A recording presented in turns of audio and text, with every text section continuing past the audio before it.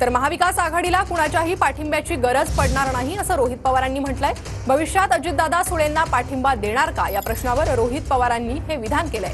महाविकास आघाडीचे 180 आमदार निवडून येणार आहेत असा विश्वास रोहित पवारांनी व्यक्त केलाय। कोणत्याही निर्णयासाठी मवियाला पाठिंब्याची गरज लागणार नाही असंही त्यांनी म्हटलंय।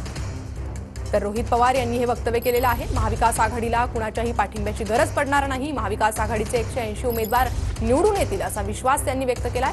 दादा सुळेंना पाठिंबा देणार का या प्रश्नावर रोहित पवार यांनी हे विधान केलंय। तर कोणत्याही निर्णयासाठी महाविकास आघाडीला पाठिंब्याची गरज लागणार नाही असं रोहित पवार म्हणतात। जर परिस्थिती निर्माण झाली तर अजितदादा लाडकी बहीण सुप्रियाताईंना पाठिंबा देऊ शकते। तर बघा, महाविकास आघाडी सरकार आता होत आहे, त्याच्यामध्ये 180 आमदार हे महाविकास आघाडीचे निवडून येणार आहेत।